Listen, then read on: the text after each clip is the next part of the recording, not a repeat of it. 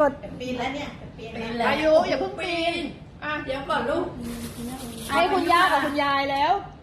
ให้ยาย ขอบคุณค่ะ ให้คุณย่าด้วยให้คุณย่าด้วยพายุครับให้คุณย่านี่ แม่คุณย่านี่ คุณย่าอยู่นี่ ขอบคุณครับ อืม อันนี้ยายอันนี้ย่า คุณแม่ให้คุณย่านะครับ ขอให้หนูและครอบครัวมีความสุขนะลูกนะ ค่ะ สมหวังทุกประการทุกประการ ขอให้ความดีที่มีอยู่คงที่ไว้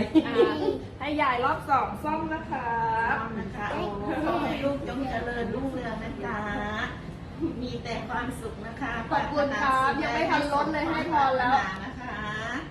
คิดฝันอย่างใดให้สมความ ตายแล้วไม่มีใครถือถ้วยให้ยายเลย นี่ มันนี่ถือ เอ ให้ อป้ายาถือให้นี่นะคะยายหายไวๆนะคะ ให้ยายสุขภาพแข็งแรงเหมือนเดิมนะ คุณย่า ย่าดีใจมาก เร็วๆคุณรถให้คุณยายรถให้คุณยายกับคุณย่าเร็วโอ้เล็งด้วยสิเล็งด้วยสิครับเล็งด้วยลูกเอาใหม่เทคสองนี่สู้เทคแรกไม่ได้เทโอเคได้แล้ว ขอให้มีความสุขนะแข็งแรงนะ พี่สายฟ้าม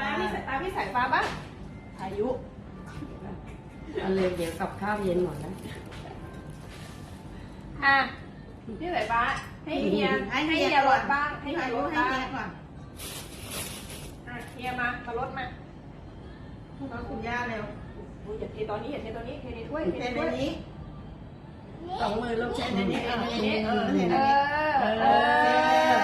ขอให้เป็นคนดีนะลูกนะ